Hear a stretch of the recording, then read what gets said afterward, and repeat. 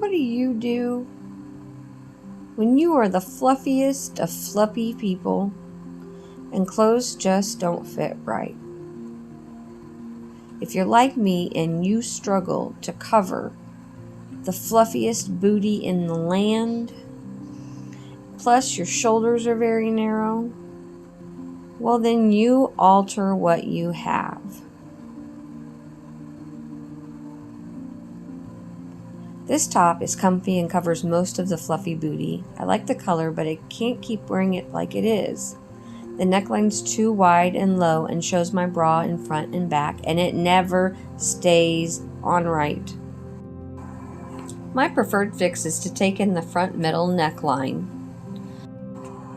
There's a link in the description of a video tutorial with step-by-step instructions. I'm pleased with the result and happy the shirt now stays firmly on my shoulders. I hope that you found this helpful and that you'll subscribe for more videos. And now, here is why I struggle to get anything done.